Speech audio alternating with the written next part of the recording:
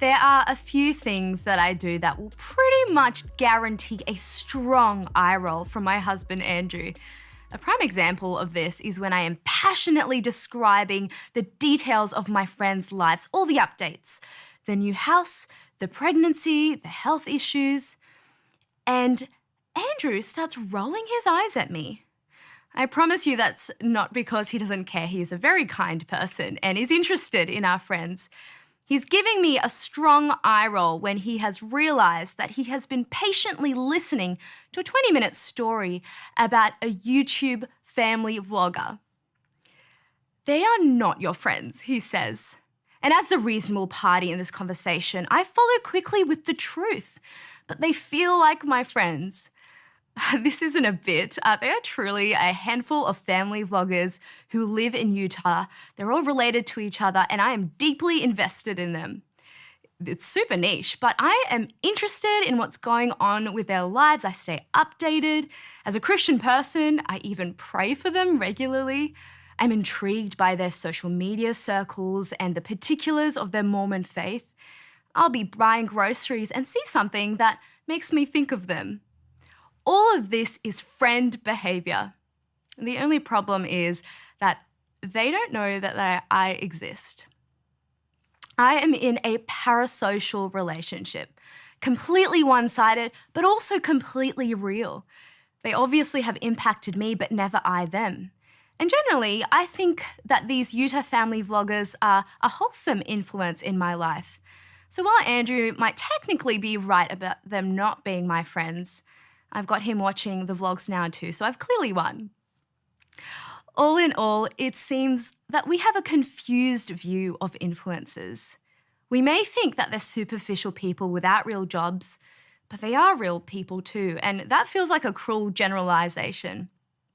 We don't feel comfortable saying that we love them either, because we don't actually know them in real life. So why do we care about influencers? Childish Gambino, aka Donald Glover, answers this and many contemporary questions by the title of his critically acclaimed 2013 studio album, Because the Internet. Before there was the influencer as we know her, there was the big bang of social media. Consider how recent this phenomenon is. MySpace took off less than 20 years ago, until 2008, where Facebook came on this scene and exploded globally. Now the meta-industrial machine has been eating up other popular platforms like Instagram and WhatsApp. The scope and impact of social media in itself is ever-establishing and ever-changing in real time. And as a society, we don't quite know how to make sense of it all. We kind of hate it, but we also can't stop scrolling. I suspect Foucault, the sociological godfather, would point to his concept of the panopticon, where the masses are being constantly and inescapably surveyed by the powerful elite. And I can see how he could be right. My Google Home knows more details about me than some of my friends. Modern sociologists would point to the chasm left by our disconnected and individualist age that were probably inadvertently filled with micro-celebrities, like the family vloggers in Utah I feel so invested in. I think they're onto something, but it doesn't fully satisfy this question. Why do we care about influencers? This recent study was done in the US showing that 64% of people could recognise the negative effect that social media has. It's a different context to us, but that stat makes sense of the conversations that I have with people I know. My friends take social media breaks all the time. The really brave ones have ditched it altogether, but they also miss out on Facebook invites to parties. If we're generally not fans of social media, why do we care about influencers? To begin to answer this question, we've got to consider the Kardashian as a paradigmatic influencer. The Kardashians are many things, but in a sense, they are like an ex that I can't stay away from. They're not the one, nor are they the one that got away, but they keep pulling me in. You will find me at margaritas with the girls, trying to understand the pull of this monotone-speaking new money millionaire celebrity family. Their chemistry is real, because their influence is too. If any one entity has pioneered media convergence across TV, social media, YouTube, apps, it's the Kardashians. They retain brand attention while constantly reinventing their image and lives, and manage to beguile us with a blurred mix and crossing of reality, both obviously constructed and seemingly authentic, all at the same time. And I think what makes a chemistry potion so potent is that they are kind of the best at what they do as influencers. So much so that you could easily dismiss them as just vapid or without substance, because they may not actually want you to notice how significant they really are. You may think you don't care about what the Kardashians do or have to say, but maybe you should. Meredith Jones said it best in her article with The Conversation. When energy is spent declaring that something is not worth serious consideration, I know it is important. Because when people devote time and space to condemnation, it immediately makes me wonder what social fears or cultural desires might lie beneath the aggression. It is a common social critique that influencers are fake. You'll see it all the time in the comment section under a Kardashian headline. We can be highly judgmental of them without necessarily thinking critically about their influence. I don't want to minimize the ways in which the Kardashians are problematic. There is basis for a negative view towards them. Since their widespread popularity, body modification surgeries among young women in the global north has rapidly increased. Experts name causation and correlation between these two things. And a correlation like this has real influence on the world. You could know with every conscious brain cell that the Instagram influencers that you follow have personal trainers and they really know their angles and they edit out their waists in their photos. But if you spend enough time scrolling, the idealization of a certain body type or a perfected look can have a cumulative influence on your self-image. Look at this selfie that Kim posted a few years ago. This was supposedly unedited. A selfie? You could underestimate such a medium. Selfies are for the self-absorbed, selfies are for the fake, and they're definitely for those living in 2014. Perhaps so, but selfies are also a way to disseminate reality. And if I had to guess Kim's branding goal here, the angle and the framing, it's all kind of wonky. It's meant to communicate, I'm casual, just like you, I'm relatable. I don't take perfect photos, but don't forget how airbrushed I look with just a smidge of makeup on. Influencers are fake, but perhaps not because contour, Valley Girl accents, and skin-tight dresses necessarily make someone a fake person. Influencers are fake in the sense that we do not know them. They can be more than just a projection, but they are at least a projection and performance of the person that they represent. They're a brand.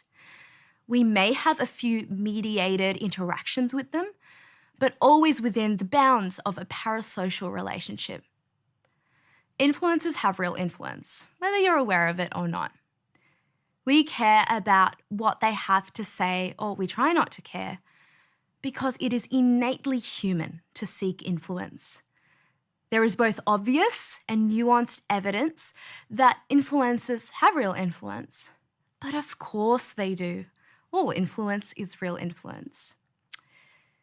I want to leave you with 3 lessons that I've learnt about real influence. The most succinct definition of influence, by the way, would be reminiscent of sociologist Robert Dahl's 1960s description of the way that one agent changes actions based on another agent. So, apply this to human relationships. If you have any kind of relationship with someone, you will exchange relational power. Influence is relational power, and it is inevitable to being human. If you know other humans, you know influence. So you are influenced, whether you like it or not. For most regular or important relationships in my life, it would be far too reductive to describe a friendship as a person transacting power over another. When you love someone, you can readily trust their influence on you. And when they break your trust, you have the relational power to hold them accountable and offer forgiveness. When you know someone, their influence goes both ways in a way that a parasocial relationship doesn't.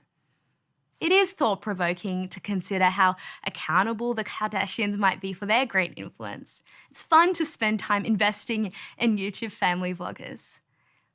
They are real influencers, but they aren't nearly as significant as other ones. They could never be friends in the same way that someone who cares about me in real life. And I'm very thankful for influence as a concept or a thing that exists, because it's part of the package deal that comes with relationships, an ordinary and inevitable part of existing. Being influenced has felt especially inevitable for me because I was born a sucker. When we had those peer pressure lessons in high school, teachers would look me straight in the eye. They knew I needed it. Targeted ads make me want to buy all the things that the algorithm has so unassumingly suggested to me. And I will unwittingly pick up your mannerisms after spending an hour with you. I've needed to think really hard and choose wisely about whose opinions and ideas and expectations I allow into my life. In recent years, public Christian leaders who I've been really influenced by have been exposed to be absolute hypocrites. They have committed awful and evil things against people that they were meant to influence positively. It's made me realize more that it's hard to choose public influences wisely when you don't have full insight into what they're like or what they're like when their character is tested especially. You only get the shiny version. As a Christian minister, it's drawn my attention back to the importance of my local church community. I see these people in the seasons and scenarios of their life. I get the privilege of seeing both the shiny and the messy versions of them. I know what I'm getting into when I choose such people as key influencers in my life. They say you become like the 5 people you spend the most time with. And when I think about that, I can sleep easy at night. So choose wisely. Who is influencing you? If you can choose your influences wisely, and if you are going to be changed by them inevitably, then you can also find the change that you are looking for. We're all looking for something more. And if I could make any recommendation to you, you'd be hard-pressed to find a more ideal influencer than Jesus. Talk about extraordinary influence. Jesus could change your life for the better. He could be the very thing that you are looking for. That's what Christian friends want for you when they invite you to a Christian-y thing. They want you to understand the incredible influence of Jesus. Unlike the hypocritical Christian leaders I referenced earlier, Jesus didn't only have influence, he showed us and taught us what to do with it. The Bible reference here captures it so well. An influencer should have the same attitude that Christ Jesus had. Though he was God, he did not think of equality with God as something to cling to. Instead, he gave up his divine privileges. He took the humble position of a slave and was born as a human being. When he appeared in human form, he humbled himself in obedience to God and died a criminal's death on a cross. A criminal's death on a cross? An influencer's reach would ordinarily be totally quashed if they gave up all their privileges and relational power and allowed themselves to be killed. And yet, when Jesus did it, the world changed and his influence only grew. There has got to be something more to this. Of every wisely chosen influence, I most trust his influence on me. He has never broken my trust or disappointed me. You may care, or try not to care, about what the influencers on your feed have to say. But seriously consider what influence Jesus could have on your life.